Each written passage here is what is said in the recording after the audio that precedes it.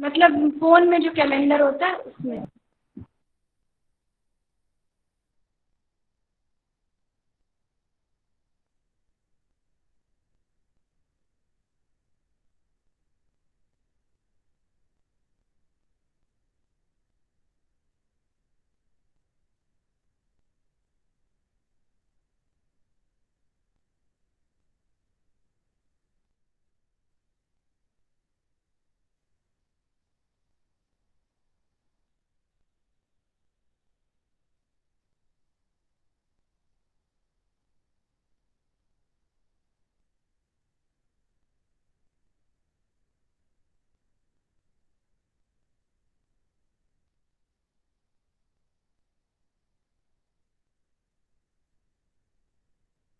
Good afternoon ma'am.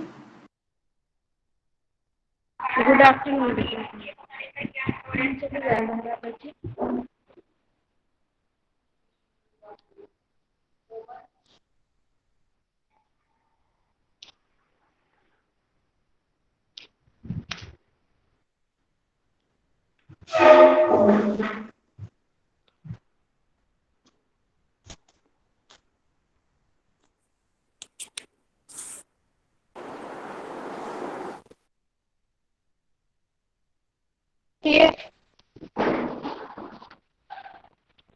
सभी को आवाज आ रही है मेरी क्लियर? Yes ma'am. मैं मैम क्लियर नहीं आवाज अच्छा आपकी। ठीक, नहीं है क्लियर?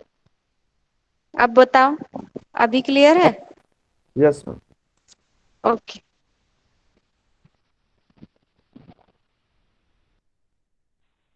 कल जो लोग मौजूद नहीं थे, कल हम लोगों ने अजंता फ्रेस्को की बात की थी, अजंता फ्रेस्को के बारे में डिस्कशन किया था।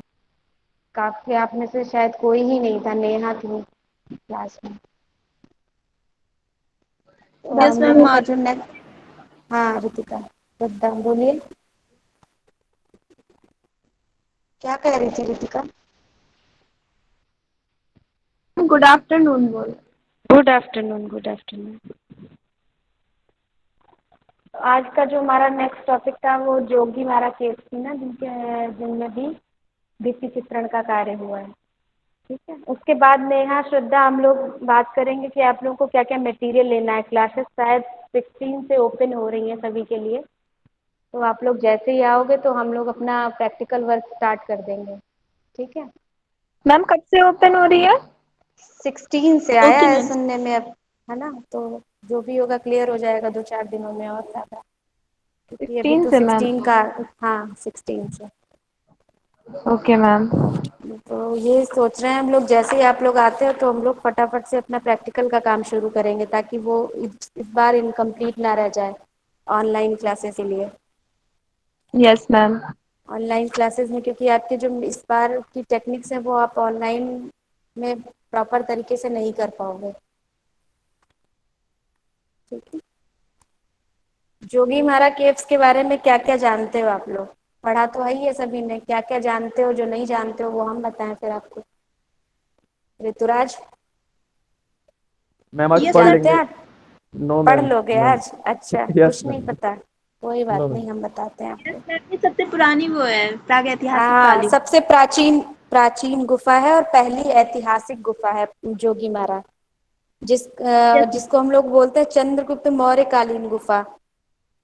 तो और दूसरी चीज ये है, ऐतिहासिक गुफा है, प्रकृति निर्मित गुफा है जिसको हम लोग बोलते हैं प्रकृति निर्मित गुफा, और ये जो गुफा है ये जैन धर्म से संबंधित है। ठीक है, भारत की सबसे प्राचीनतम भित्ति चित्रण इसी गुफा से संबंधित हैं, जो कि जैन धर्म से संबंधित हैं। ठीक है, क्या बोला हमने? भारत के जो सबसे प्राचीनतम भित्ति चित्र हैं या प्राचीनतम म्यूरल देखने को मिलेंगे आपको, वो जोगी मारा की गुफाओं में देखने को मिलेंगे, और ये पहली ऐतिहासिक गुफा है। जैसे हम लोगों ने 3 काल आपको बताए थे, पहला आपका हो गया प्री हिस्टोरिक पीरियड यानी कि प्रागैतिहासिक काल, दूसरा हो गया आद्य ऐतिहासिक काल जिसके प्रमाण हमें सिंधु घाटी की सभ्यता में देखने को मिलते हैं, तीसरे टाइप की जो गुफा हो गई, तीसरे काल की गुफा हो गई जिसको हम लोग ऐतिहासिक काल बोलते हैं या हिस्टोरिकल पीरियड बोलते हैं। तो जो हिस्टोरिकल पीरियड की गुफाओं की शुरुआत हुई वो हम जोगी मारा से मानते हैं। ठीक है, जोगीमारा की गुफा कहाँ पे है? मध्य प्रदेश में, सरगुजा रियासत में। पहले जो था ये मध्य प्रदेश का पार्ट था, लेकिन जब मध्य प्रदेश को दो पार्टों में डिवाइड किया गया, मतलब मध्य प्रदेश में से छत्तीसगढ़ का जो पार्ट निकाला गया, तब ये गुफा छत्तीसगढ़ में चली गई। ठीक है। अब ये जो इसकी जो वर्तमान स्थिति है, मतलब अब प्रेजेंटली ये जो गुफा है ये छत्तीसगढ़ में, पहले की आप किसी बुक में पढ़ेंगे तो वो उसमें मध्य प्रदेश का ही जिक्र होगा, क्योंकि पहले कोई छत्तीसगढ़ नहीं था, पूरा मध्य प्रदेश का पार्ट था, तो मध्य प्रदेश में थी। उसके बाद जब मध्य प्रदेश से छत्तीसगढ़ को अलग किया गया तो ये इस गुफा को छत्तीसगढ़ में गिना जाता है, या ये गुफा अब छत्तीसगढ़ में है। प्राचीन समय में इस गुफा को क्या बोला जाता था? बोंगरा या फिर बंगला कह के बुलाते थे जोगीमारा गुफा को।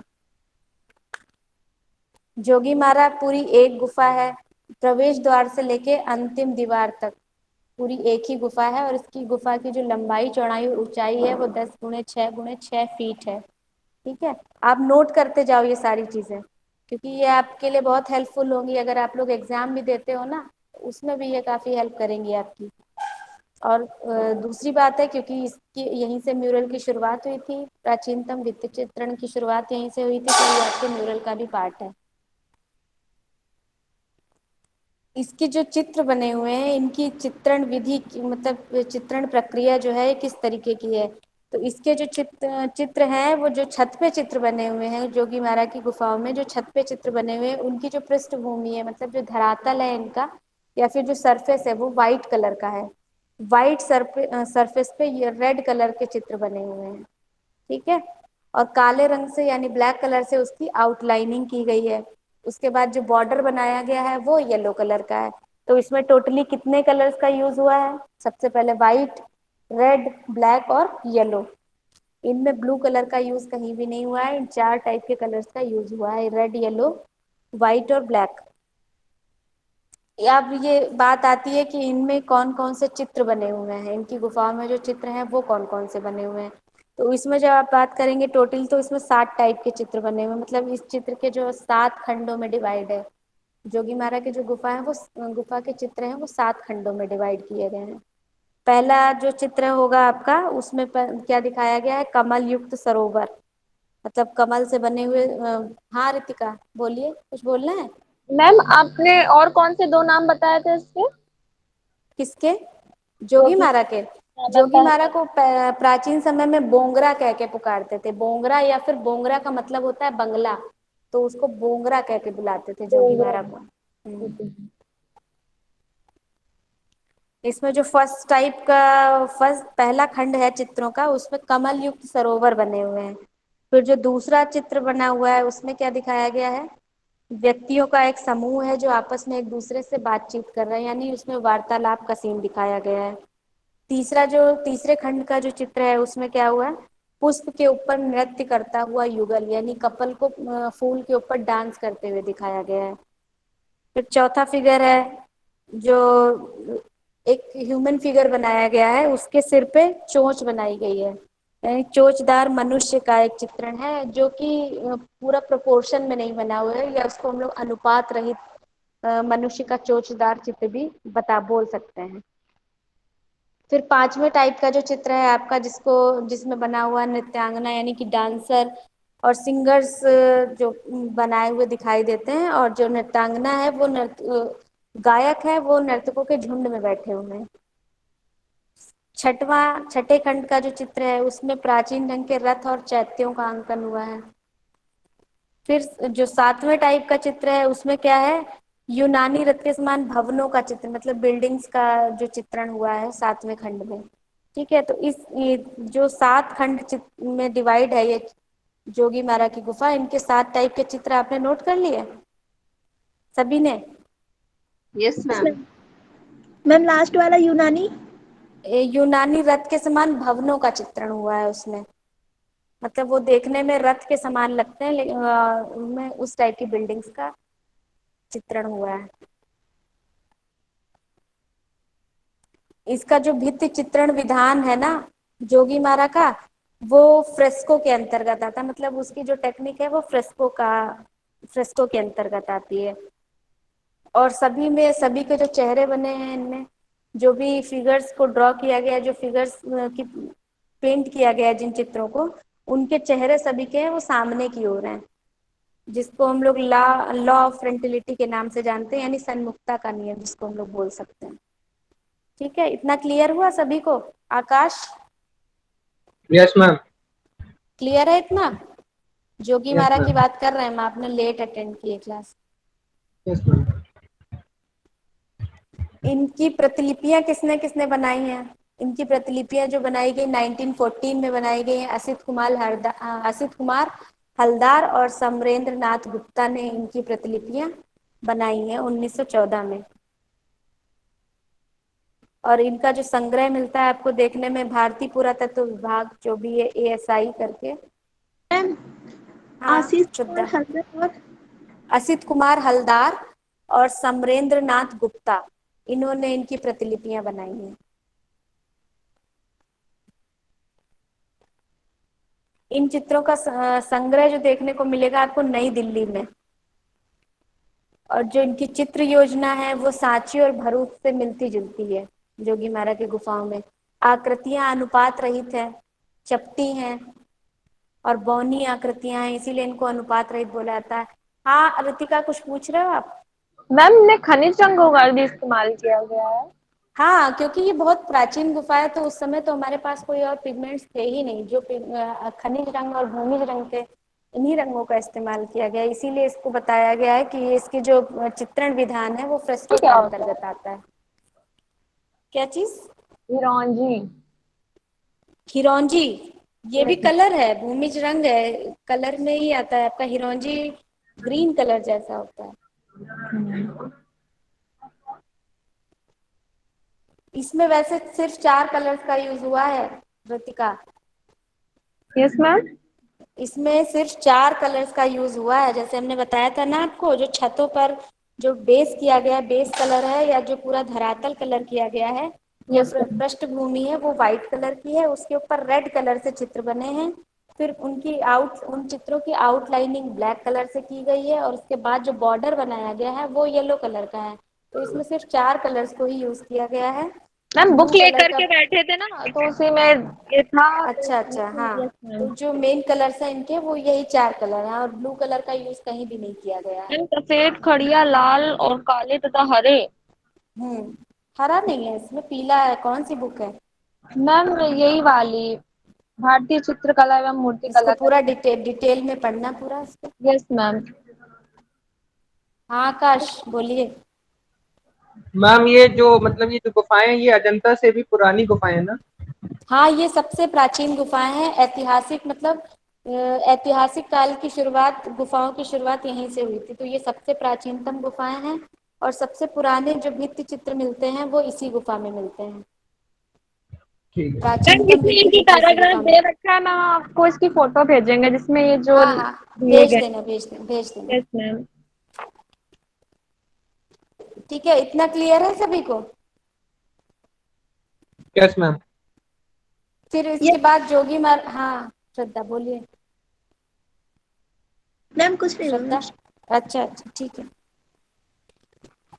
इसी टाइप से जब जोगी मारा की बात करते हैं तो छत्तीसगढ़ में और गुफाएं हमको देखने को मिलती, जैसे सीता बोंगरा हो गई, लक्ष्मण गुफा हो गई, कबीर चौरा या पंचपुरी गुफा, वशिष्ठ गुफा, रावण द्वार, ये सारी गुफाएं भी इसके आसपास देखने को मिलती हैं।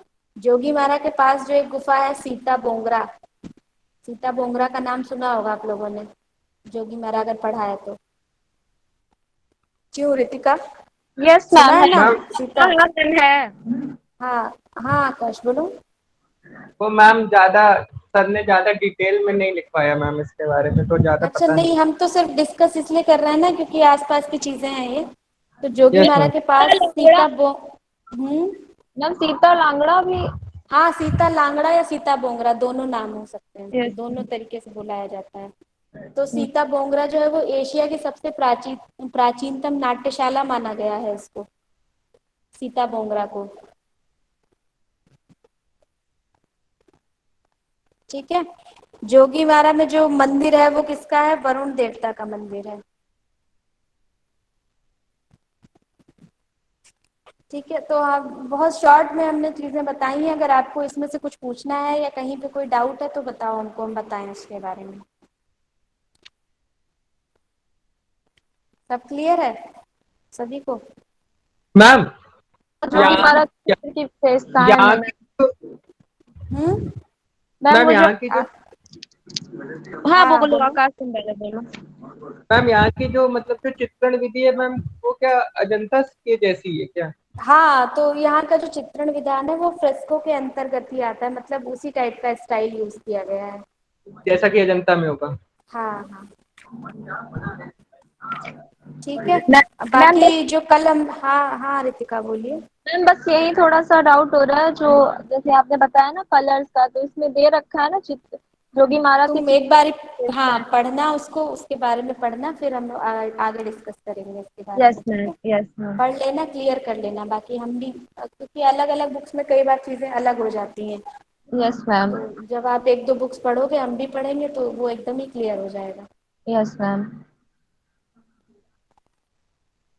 कल हम लोगों ने अजंता की बात की थी। बाकी जो लोग प्रेजेंट थे कल की क्लास में, उनको अब कोई अजंता से रिलेटेड तो कुछ नहीं पूछना है, सब कुछ क्लियर है?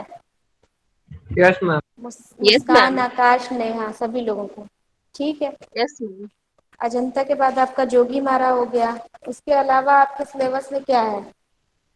सिंधु मैम घाटी है ना? बाघ है। यस बाघ है, मैम। अच्छा ठीक है, बाघ बाघ। है, बादामी है मैम। बाघ बादामी के बारे में हम लोग नेक्स्ट क्लास में बात करेंगे। अभी आप लोग ये देख लो कि आप लोगों के सिलेबस में जो जो चीज़ें आपको मटेरियल मंगाना है वो आप चाहो तो नोट कर लो। मैम सिलेबस की हाँ, वो फोटो थर्ड ईयर का भेज दीजिएगा। फोटो हम ग्रुप पे डाल देंगे, आपके यस ग्रुप पे डाल देंगे फोटो, तो आपको पूरा डिटेल मिल जाएगा। Yes ma'am. हम्म। मैम क्योंकि बुक में आउटलाइन करेंगे ना, जो जो मैम इम्पोर्टेंट है। नहीं, इसका तो खैर थ्योरी, आपका जो थ्योरी का पार्ट है वो तो मैम देख रही हैं, वो आपको बता ही देंगी। Yes ma'am. मटेरियल मेथड है वो जो भी लेगा, जो भी टीचर लेंगे वो आपको बता देंगे। हम लोग क्या करेंगे, हम लोग को प्रैक्टिकल का जो भी पार्ट लेना है, जो काम शुरू करना है, उसके बारे हम उसके विषय में बात कर रहे हैं कि हमको उसके कौन कौन से मटेरियल लेने हैं। हाँ मैम वो भी आप बता दीजिए। हम्म।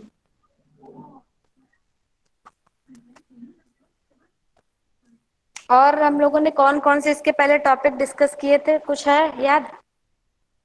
मैम आपने tempera, fresco buono, fresco Seiko, Ajanta. ये सब, मैम ये सब कुछ क्लियर है? क्योंकि आपको यस फ्रेस्को ब्यूनो करना है, इटालियन फ्रेस्को आपको करना है, आपको अजंता फ्रेस्को करना है, इसलिए पूछ रहे हैं। एक मैम एक बार बार जब थ्योरी, रिपीट कर दीजिए, एक बार थोड़ा थोड़ा क्या मतलब। क्या मैम रिपीट करना है बताओ, बता दो। क्लास कौन ले सा टॉपिक आप, पर मैम कौन सा टॉपिक रिपीट करना है, हम कर देंगे। कल हमने जो बताया था कि अजंता का जो चित्रण विधान है, अजंता में किस तरीके के कलर्स का यूज हुआ, किस तरीके से उनके जो दीवारें थी उनको भरा, उनका धरातल किस तरीके से तैयार किया गया। क्योंकि जब हम लोग बात करते हैं अजंता की, तो अजंता को तो काट के बनाया गया, चट्टानों को काट के बनाया गया, सबको ही पता है। तो चट्टानों को जब काट के छेनी हथौड़ी से काट के स्टोन कटर्स ने तैयार किया, तो उनका जो एक शेप क्लियर किया गया वो अर्धचंद्राकार देखने को मिलता है। जब आप उसको सामने से जाके देखेंगे तो वो एक अर्धचंद्राकार आकार का निर्माण करता है, ठीक है। तो हथौड़ी छेनी से जब उन्होंने उसको, उसकी ठुकाई की, उसको काटना शुरू किया, तो उस पर जो टेक्सचर बन गया ना धरातल पे, उसको फिल करने के लिए उन्होंने क्या किया, एक मिक्सचर तैयार किया गया धरातल को बनाने के लिए। तो उस मिक्सचर में क्या क्या मिलाते थे हम लोग? खड़िया, चूना, गोबर, धान की भूसी, रेत या फिर वनस्पतियों के रेशे, गोंद और गोंद या फिर सरेस का मिक्सचर तैयार करके उस पे पूरी एक परत लगा दी जाती थी। वो परत कितनी मोटी होती थी आकाश? मैम वो जो पहली एक परत, एक मैम एक लगभग 1 इंच की तरफ होती थी, हाँ, आधे से 1 इंच। आधे से पौन इंच के बीच में वो परत लगाई जाती थी, जिससे वो गड्ढे जो थे वो भर जाते थे। तो जब हम लोग पहली परत लगा लेते थे, उसपे फिर एक विशेष घोल लगाया जाता था, शहद जैसा गाढ़ा सफेदी का एक विशेष घोल लगाया जाता था उसकी एक तह पे, एक या दो बार। उसके बाद क्या होता, फिर एक लेयरिंग और की जाती थी, जो अंडे के छिलके की मोटाई के बराबर होती थी लास्ट में। वो अंडे के छिलके की मोटाई के बराबर एक लेयरिंग करी जाती थी, जिससे ये जो सरफेस होता था ये एकदम चमकदार और चिकना हो जाता था। और इस तरीके की जो उपाई होती थी, जिसको हम लोग बोलते हैं प्लास्टर किया जाना या फिर उस धरातल को तैयार करना, ये हर गुफा की चट्टान पे किया जाता था इस तरीके का काम, जिससे जो चट्टानी धरातल है वो एकदम समतल हो जाता था। इस मिश्रण को तैयार करके फिर अलसी के पानी में भिगोया जाता था कई दिनों तक, उसको फूलने के लिए रख दिया जाता था। और जब वो कायदे से फूल जाता था तब उसका इस्तेमाल किया जाता था। छत में जब हम लोग गारे की और मिक्सचर तैयार करते थे तब उसमें धान की भूसी मिलाने का प्रचलन था। उसमें धान की, जब छत में जो गारा लगाया जाता था उसमें धान की भूसी विशेष कर मिलाई जाती थी। ठीक है रितिका? यस इस मैम। तरीके से तो उसका धरातल तैयार किया जाता था। अब उसमें रंग कौन कौन से इस्तेमाल किए थे? धरातल जब तैयार हो जाता था और वो पूरी तरीके से सूख जाता था यस तब मैम। उसमें चित्रकारी की जाती थी। ये हमको पता ही है कि इसके जो चित्र हैं वो बौद्ध धर्म की जातक कथाएं बनी हैं, और जातक कथाएं जो हैं वो बुद्ध के पूर्व जन्म की कहानियां हैं। यस ठीक है? मैम। जितने भी जातक कथाएं हैं, चाहे वो आपकी छदंत जातक हो गई, सोम जातक हो गई, श्याम जातक, हंस जातक, जितनी भी जातक कथाएं हैं ये बुद्ध के पुनर्जन्म की कहानी है, पूर्व जन्म की कहानियां हैं। अब इसमें बात आती है कि इसमें हम लोगों ने मतलब रंग कौन कौन से इस्तेमाल किए गए अजंता के चित्रों में। तो अजंता के चित्रों में जब वो उसका प्लास्टर सूख जाता था तब हम लोग चित्रकारी का काम शुरू करते थे, तो उसमें पीले रंग का प्रयोग किया जाता था। पीला रंग यानी पीली मिट्टी, जिसको हम लोग रामरस बोलते हैं। लाल रंग में गेरू का इस्तेमाल किया जाता था। सफेद कलर के लिए चीनी मिट्टी का मैम इस्तेमाल आवाज किया जाता था। या हाँ, आवाज नहीं आ रही? आई मैम आवाज। हाँ, सफेद रंग के लिए चीनी मिट्टी का या जिप्सम या फिर चूने का इस्तेमाल किया जाता था। काले रंग में काजल का इस्तेमाल किया जाता था, जो काजल पारा जाता था उसका इस्तेमाल किया जाता था। जब आप लोग अभी अजंता फ्रेस्को करोगे तो उसके लिए फिर हम आपको यही बोलेंगे कि तिल के तेल में आप काजल को पारिए पहले, तब वो कलर बन के आएगा। तो बहुत सारी चीजें आपको अरेंज करनी पड़ेंगी अजंता फ्रेस्को के लिए जब आप उस पर काम करेंगे। ठीक है? नीले रंग के लिए हम लोग क्या इस्तेमाल किया जाता था? लाजवर्द जिसको बोलते हैं, या लेपिस लाजुली भी बोलते हैं लाजवर्द को। ये ब्राइट ब्लू कलर होता है, लेपिस लाजुली जिसको बोले ब्राइट ब्लू। ये कलर जो है ये ईरान से मंगाया जाता था, जिसको ग्लैकोनाइट पत्थर भी कहा जाता है। नहीं सॉरी, ग्लैकोनाइट पत्थर का इस्तेमाल हरे रंग में इस्तेमाल किया जाता था। और जो तेज ब्राइट ब्लू होता था ये ईरान से आयातित किया जाता था, ये यहाँ पे नहीं मिलता था। हिरमिज का प्रयोग किया जाता था। हिरमिज का कलर कैसा होता है? ब्रंट शाइन जैसा। और ब्लैक कलर के लिए काजल का प्रयोग किया जाता था। इन रंगों को फिर हम लोग गोंद या फिर सरेस में, क्योंकि गोंद तो मिलता था, सरेस भी तैयार किया जाता था, तो गोंद और सरेस के साथ घोलकर इनका मिक्सचर तैयार किया जाता था, तब इन कलर्स को अप्लाई किया जाता था। ठीक है? ये हो गया आपका अजंता फ्रेस्को का, कि इनमें आपको कौन कौन से कलर इस्तेमाल करने हैं, किस तरीके से, और इसका बेस कैसे तैयार किया जाता था। अब ये बता दो हमको, फ्रेस्को ब्यूनो, फ्रेस्को सेको या फिर टेम्परा को लेके आपको कोई कंफ्यूजन है, या फिर इसको कैसे डिफ्रेंशिएट करेंगे, इसमें कोई कंफ्यूजन है तो उसको हम क्लियर कर दें। यस मैम, क्लियर कर दीजिए मैम। अच्छा इसको अच्छा। और क्या में? हाँ, फ्रेस्को में देखो क्या होता है, फ्रेस्को की जो सही टेक्निक होती है उसमें रंगों को बांधने के लिए किसी भी बाइंडर की जरूरत नहीं होती है। उसमें रंगों को विस्तारण करने का काम जो होता है वो पानी का होता है। ठीक है? तो इसमें हम किसी भी तरीके का बाइंडर यूज नहीं करते हैं, ये क्लियर कर लो आप लोग। फ्रेस्को में हम लोग बाइंडर यूज नहीं करते हैं, और टेम्परा में हम लोग बाइंडर्स को यूज करते हैं, यानी कि हम लोग गोंद का इस्तेमाल करते हैं, अंडे का इस्तेमाल करते हैं। ठीक है? ये तो आपका डिफरेंस हो गया फ्रेस्को ब्यूनो और टेम्परा का। अब आप लोग ये बोलोगे कि फ्रेस्को सेको और फ्रेस्को ब्यूनो में क्या डिफरेंस है। फ्रेस्को ब्यूनो में हम लोग गीली भित्ति पे चित्रण कार्य करते हैं, जो चूने की लिपाई की जाती है, चूने का जो अस्तर लगाया जाता है वो जब गीला होता है तब हम लोग उस पर काम करते हैं। और फ्रेस्को सेको में इसके अपोजिट होता है। फ्रेस्को सेको में जब वॉल एकदम सूख जाती है या उसका धरातल या सरफेस एकदम हार्ड हो जाता है या एकदम सूखा हुआ होता है तब हम लोग उस पर काम करते हैं। तो उस पे कलर कैसे चिपकेगा? क्योंकि हमने गीली वॉल पे किया तो उसमें तो कलर जो था वो चूने ने शोषित कर लिया और वो एकदम फिक्स कलर हो गया। लेकिन फ्रेस्को सेको में जब वॉल एकदम सूख चुकी है तो वो कैसे कलर को ऑब्जर्व करेगी या कैसे कलर को शोषित कैसे करेगी? जब कलर को वो शोषित नहीं करेगी तो कलर्स तो दीवार पे ही रह जाएंगे ना, कुछ समय बाद वो झड़ने लगेंगे। उनको बांधने के लिए हम लोग गोंद का प्रयोग करते थे। फ्रेस्को सेक्को की बात कर रहे हैं, उनमें आप जब कलर लगाते थे तो कलर को बांधने के लिए गोंद का प्रयोग किया जाता था, लेकिन अंडे का नहीं किया जाता था। अब टेम्परा और फ्रेस्को सेक्को में डिफरेंस देखे क्या है। टेम्परा में क्या होता है, हम लोग बाइंडर के साथ साथ अंडे का भी इस्तेमाल करते हैं, पर फ्रेस्को सेक्को में हम लोग गोंद को बंधक के रूप में इस्तेमाल करते हैं, उसमें अंडे का कोई इस्तेमाल नहीं होता है। ठीक है।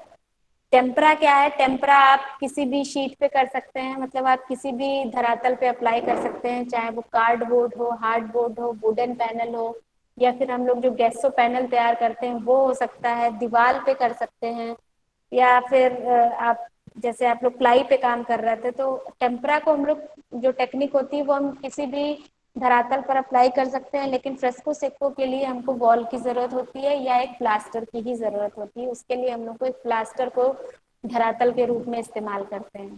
तो ये आपका डिफरेंस हो गया फ्रेस्को सेक्को और टेम्परा में। ठीक है। फ्रेस्को ब्यूनो फ्रेस्को सेक्को में क्लियर हुआ सभी को? Yes ma'am. बेटा यस मैम। श्रद्धा, क्लियर हो गया आपको? Yes ma'am. और फ्रेस्को सेक्को और टेम्परा के बीच का जो डिफरेंस है वो?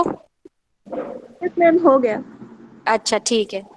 ठीक है, हमको यही क्लियर करना था कि क्योंकि तुम लोग काफी कंफ्यूज थे फ्रेस्को सेक्को ब्रूनो और टेम्परा को लेके, क्योंकि टेम्परा में भी हम लोग वही कलर पिगमेंट यूज करते हैं, फ्रेस्को सेक्को में भी वही पिगमेंट यूज करते हैं और फ्रेस्को ब्रूनो में भी वही पिगमेंट यूज करते हैं, बस डिफरेंस बहुत थोड़ा थोड़ा सा है, इसलिए आप लोग कंफ्यूज हो रहे थे। तो अब वो कंफ्यूजन मेरे ख्याल से एकदम क्लियर हो गया होगा। अगर अभी भी नहीं हुआ है तो बता दो, हम दोबारा से समझा देंगे उसको। मैम हो गया है क्लियर। ठीक है। और कुछ पूछना है रितिका? और कुछ क्लियर करना है हमको? रितिका? मैम जो उसमें कलर्स आते हैं तो कौन हम्म से कलर किसमें, जैसे हम लोगों ने ये यूज किए हैं, हम्म। तो जैसे हम लोगों ने वो डिस्टेम्पर यूज किया था, हाँ, तो डिस्टेम्पर यूज किया। वो मैम किस में आता है?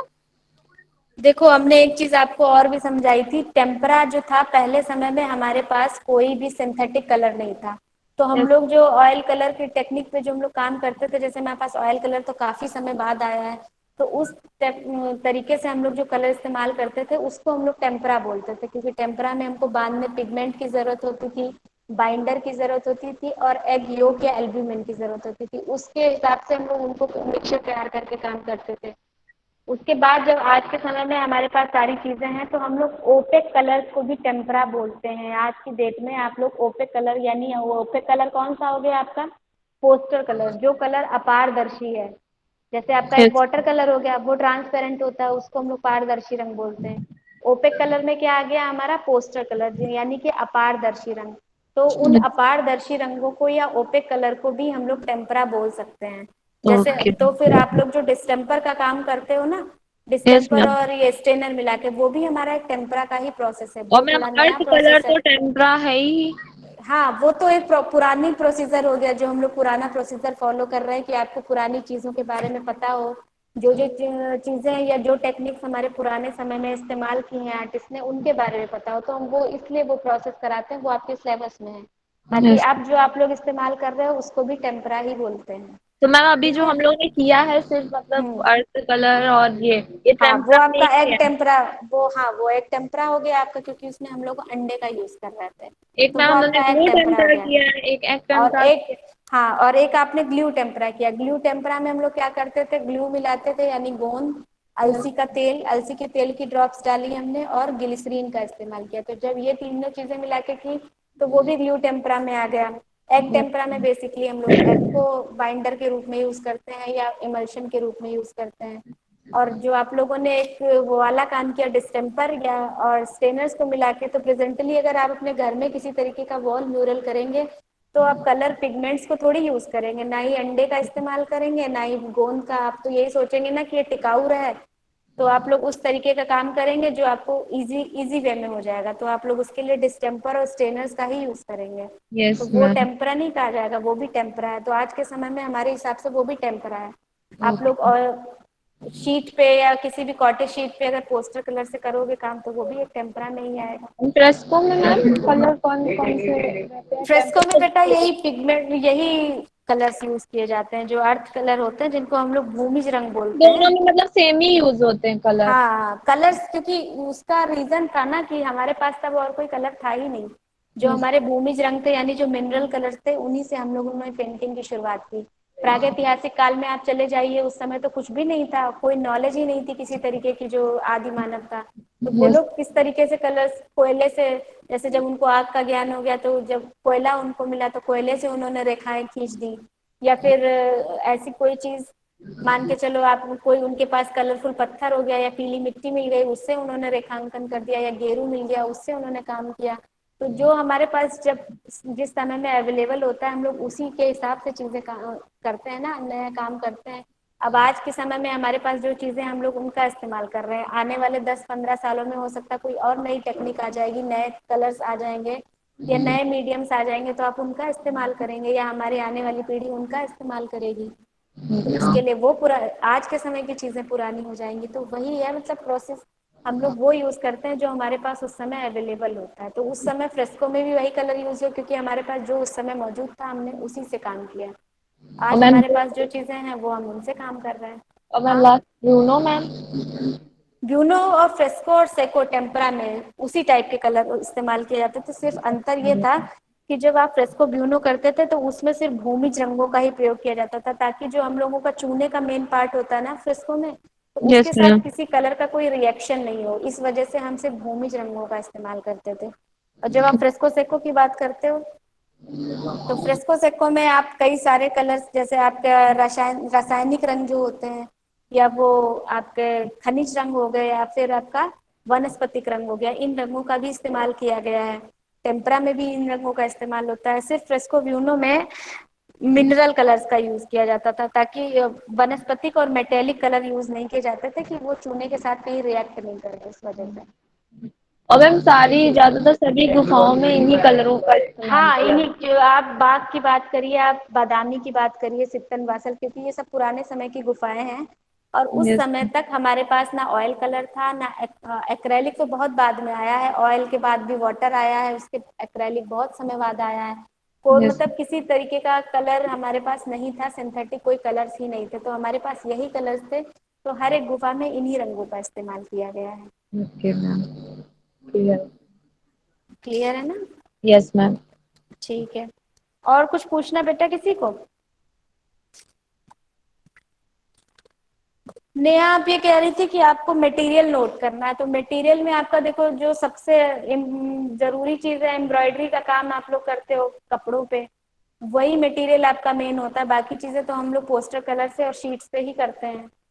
जो यस भी मैम। डिजाइनिंग का काम हमको करना है वो शीट्स पे ही करना है और पोस्टर कलर से ही करना है, तो वो तो आपके पास होगा ही होगा। Yes ma'am. हम्म। कपड़ों के लिए ये रहेगा कि आपका, एक सेकेंड, सॉरी, क्लास सॉरी, कपड़े के लिए जैसे आपका जो एक चंबा स्टाइल की एम्ब्रॉयडरी है, तो वो चंबा वाली एम्ब्रॉयडरी जो है वो आप कॉटन पे भी कर सकते हैं और आप सिल्क के कपड़े पे भी कर सकते हैं।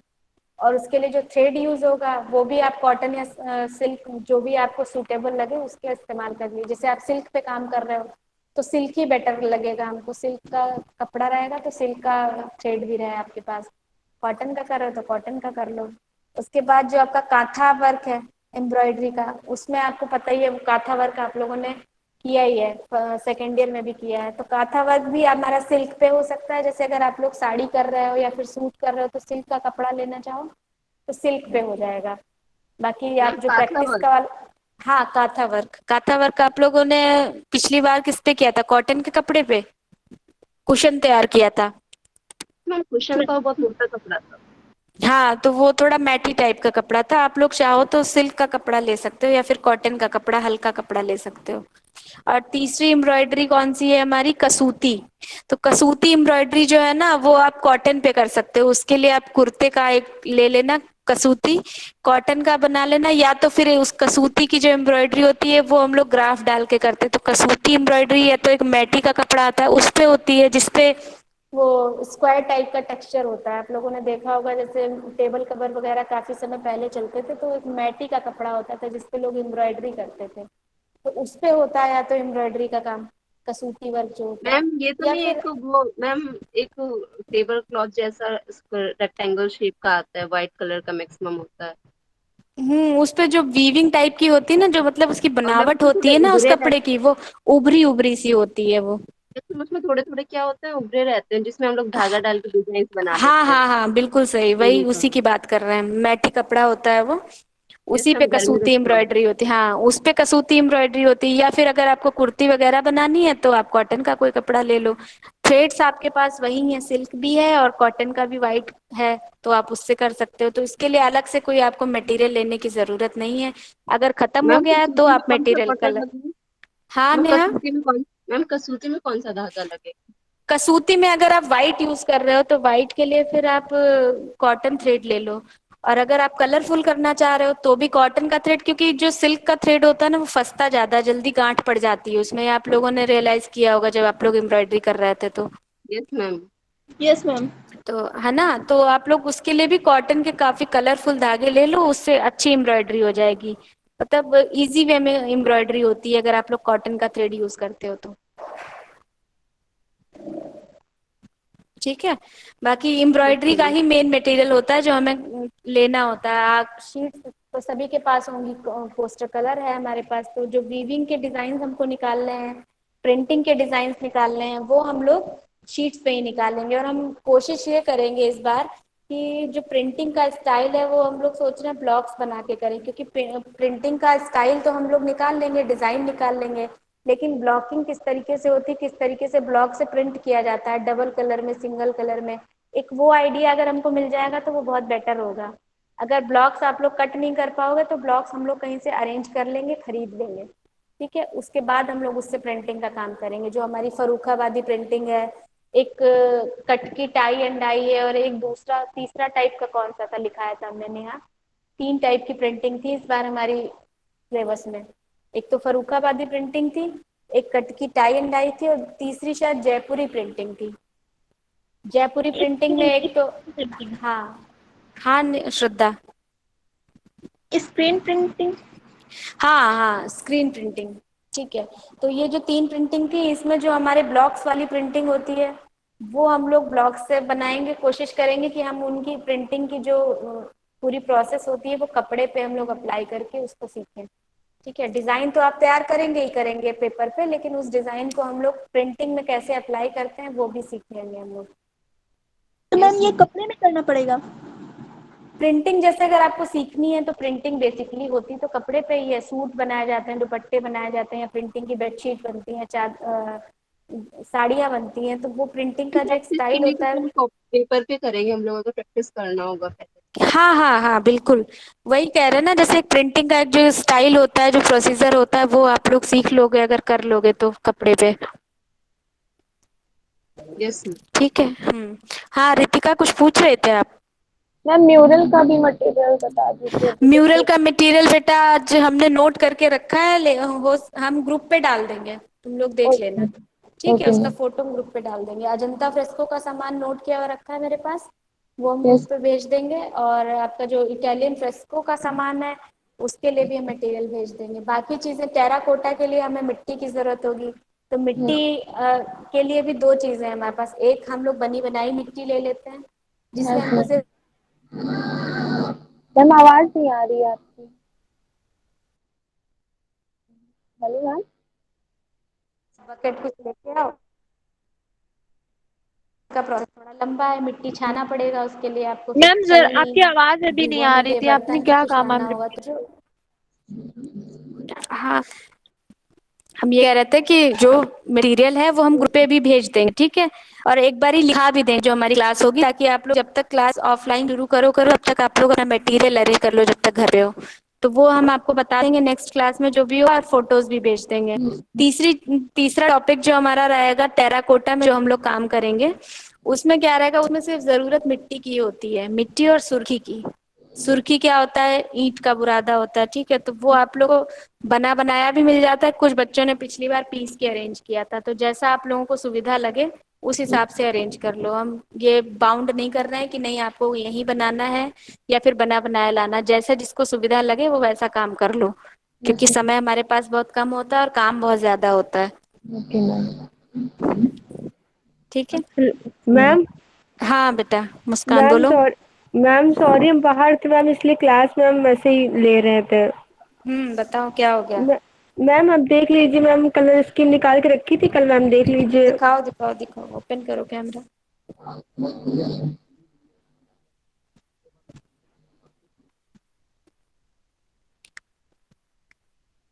कैमरा स्टिल करो, दिख नहीं रहा है मुस्कान। हम्म कलर स्कीम ऐसी ही रखो जिसको आप लोग कर पाओ उस पे। और बैकग्राउंड तो खाली है पूरा, बैकग्राउंड में कुछ नहीं किया। मैम बैकग्राउंड अभी निकाल के उससे नेट से करेंगे मैम, कल लॉकडाउन था इसलिए कुछ ला भी नहीं पाए। कोई बात नहीं, तो बैकग्राउंड आप अपने हिसाब से करो, कॉपी नहीं करना कहीं से, क्योंकि आपको कुछ नया करना है। अगर आप वही चीज सेम चीज कॉपी करोगे तो फिर अपना क्रिएटिविटी कहाँ से आएगी। कॉपी करने की आदत बिल्कुल खत्म कर दो, अपनी क्रिएटिविटी दिखाओ। आप एक आइडिया ले लें वो एक अलग चीज है, लेकिन सेम कॉपी नहीं करिए आप। बैकग्राउंड मैम में हमने जो बताया था ना, उस तरीके से उस बैकग्राउंड को कंपोज करना, बैकग्राउंड में कलर डाल के। ओके मैम, इतने तक कंपोज करना है। हाँ, बैकग्राउंड में एक फ्लैट कलर डाल दो पहले पूरा, उसके बाद उसमें जो एलिमेंट्स हमने बोले थे वो कंपोज करो। मैम आपने जो चक्र वगैरह वाले ना। हम्म। ये तो भरतनाट्यम है, तो भरतनाट्यम उड़ीसा का तो ओडिसी होता है, और ये है भरतनाट्यम, तो इसके लिए आप वेस्ट बंगाल जो है वहाँ की चीजों को, वहाँ के मॉन्यूमेंट्स को इकट्ठा करो, वहाँ के मॉन्यूमेंट्स को कंपोज करो इसके साथ में। ठीक है। Okay ma'am. ठीक है। श्रद्धा, अभी आपने कुछ पूछा था, कुछ पूछ रही थी। Yes ma'am. मैम हाँ चंपा में बोलिए। कौन सा धागा हम्म लगेगा? धागा मैम चंबा का। में बेटा देखो, अगर आप सारा जो काम है वो आपके कॉटन के थ्रेड से हो जाएगा, ठीक है। जो भी ओके। कॉटन थ्रेड्स हैं आप उसके अलग अलग कलर्स की वेरिएशन ले लो, कलर्स अलग अलग ले लो, बाकी हो सब उसी से जाएगा। आप चंबा में जो भी आप स्टाइल यूज करना चाहें, आपको टेबल कवर बनाना हो, हैंकी बनाना हो, या फिर दुपट्टा या कुछ भी आप बनाना, क्योंकि चंबा के जो मोटिव्स होते हैं उनमें ज्यादातर फिगरेटिव रहता है। जैसे मिनिएचर देखे हैं आप लोगों ने, मिनिएचर किया है सेकेंड ईयर यस में, यस मैम। मैम। यस उस मैम। टाइप के मोटिव्स का यूज होता है, और थोड़ा फ्लोरल होता है उसके साथ में। तो उसके लिए आप ऐसा कुछ बनाइए, ऐसा कुछ तैयार करो जो देखने में ज्यादा अट्रैक्टिव लगे। जैसे आपको मैम सीखने के लिए तो आप एक कपड़ा आपके पास है, आप उसमें उस कपड़े पे बनाइए, सीखिए, प्रैक्टिस करते रहिए, जब आपको लगे कि अब हम फिनिश वर्क कर सकते हैं तब उसके लिए हम बोलेंगे कि अब आप इसमें फाइनल वर्क स्टार्ट करो। चंबा के लिए आप टेबल कवर बना सकते हैं, अच्छा लगेगा। ठीक है। ये तो खैर बात की बात हो गई, हमारा जो प्रैक्टिकल वर्क जो हम लोग सेशनल फाइनल वर्क करेंगे तो एक अलग चीज हो गई, लेकिन अभी तो हमको सीखना है। अभी ये सारी स्टिचिंग, ये सारी एम्ब्रॉयडरी हमको पहले करनी है, प्रैक्टिस करनी है, हमको सीखना है। वो आप कर लो, उसके बाद हम लोग डिसाइड कर लेंगे कि हमको किस किस चीज पे कौन कौन सी एम्ब्रॉयडरी करनी है। ठीक है। मैम तो मैम अभी के लिए तो हम लोग सिर्फ यही कॉटन के थ्रेड ही खरीद रहे हैं, कलरफुल। हाँ, कॉटन के थ्रेड खरीद लो, उनके कलर्स काफी और सारे खरीद लेना। और मैम चंपा की कौन से, मतलब कॉटन खरीदे या सिल्क खरीदे? कॉटन ही खरीदो, कॉटन खरीदो, क्योंकि सिल्क थ्रेड में गांठ लग जाती है, होता नहीं है, जैसे आपने लंबा धागा डाला तो उस पर गांठ पड़ जाएगी। तो कॉटन का यस मैम, थ्रेड ये तो सबसे होता है। बेटर होता है। कॉटन का मैम थ्रेड सबसे यहाँ पे जो बेटर है। जितने भी वर्क हैं तीनों में मैम कॉटन ही के कपड़े लगेंगे। हाँ बिल्कुल, कॉटन का ही थ्रेड खरीदो। और अभी सीखने के लिए जब प्रैक्टिस कर रहे हो तो उस कपड़ा कॉटन का ही ले लो, इजी वे में आप उस पर सीख लोगे जब, तब हम लोग डिसाइड कर लेंगे कि हमको जो फाइनल वर्क करना है वो किस कपड़े पे करना है।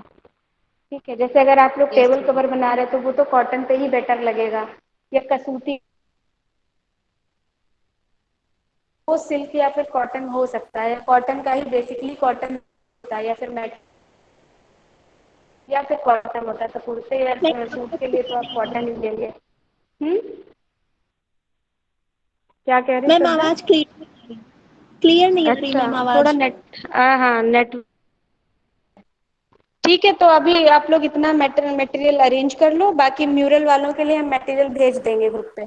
ठीक है, कल संडे है, कल तक हम भेज देंगे, तो तुम लोग अपना हफ्ते भर में सामान अरेंज करते रहो, ठीक है। ऋतिका, मैम आकाश, मैम सभी के लिए। हाँ मैम कॉलेजेस ओपन हो जाएंगे ना 16 से, कंफर्म है? हाँ हाँ, हो रहे हैं ओपन हो जाएंगे। मैम कब से? फिलहाल नोटिस के हिसाब से कॉलेज शायद 16 सुनने में आ रहा है बेटा 16 से, लेकिन अभी हम क्लियरली कुछ तब तक नहीं बोल सकते हैं जब तक हम लोगों को खुद नहीं बोला जाता है। तो ऐसा कुछ सुनने में आ रहा है कि स्कूलों को इन्फॉर्म किया जाएगा। ठीक है, अभी तो और हफ्ता मैम भर है लगभग। एग्जाम्स? एग्जाम्स भी एग्जाम्स? होंगे बेटा, जब क्लासेस ओपन हो रही हैं तो एग्जाम्स भी होंगे। उसकी बस डेट आ जाने दो, डेट जब तक क्लियर नहीं आ जाती तब तक कुछ कहना मुश्किल है ना। होना तो है ही मैम है। प्रैक्टिकल भी होंगे ना पूरे? हाँ हाँ हाँ, प्रैक्टिकल वगैरह सब कुछ होगा। Okay ma'am. ठीक है, अभी आप मैम लीव कर सकते हो। हाँ बोलो आकाश। मैम वर्क देख लीजिएगा। दिखाओ दिखाओ, ओपन करो। मैम ये आपने बोला था डार्क कलर लगाने के लिए। ठीक लग रहा है, ठीक है, सही तो लग रहा है। मैम ये इसमें किया था, और हम्म, और मैम ये हिरन का।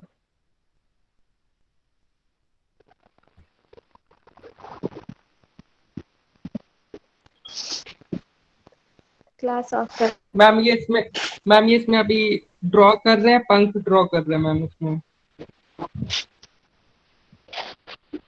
एक सीक्वेंस में भी बना है, बहुत इरेगुलर कर लग रहा है आकाश। क्या मैम? ये जो आपने इसके पंख बनाए ना, बहुत इरेगुलर लग रहे हैं, सीक्वेंस में नहीं आ रहा बिल्कुल भी। नहीं मैम, अभी सही से ड्रॉ, बस अभी मैम लाइन की है मैम, अभी सही से ड्रॉ, अभी कलर नहीं किया मैम सही से। अच्छा ठीक है। मैम जब ये कंप्लीट हो जाएगा तब दिखाएंगे मैम। हाँ, इसके बाहर बाहर यस UKBGEX, मैम। इसके बाहर बाहर जब आप डार्क ब्लू कलर लगा लोगे तब थोड़ा सही आएगा। हाँ मैम, वो अभी तो मैम उसको बनाना है, अभी बनाना है। हाँ ठीक है, बाकी इनके मैम अब, कपड़े तो ठीक आ गए, सही लग रहे हैं। हाँ मैम, मैम अभी कपड़ों में ही किया था खाली। ठीक है, आइए। ठीक है,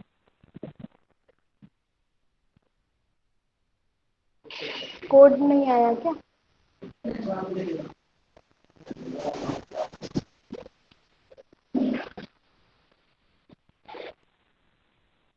ठीक है, तुम लोग लीव कर जाओ। UKDGEXSUFM, M M।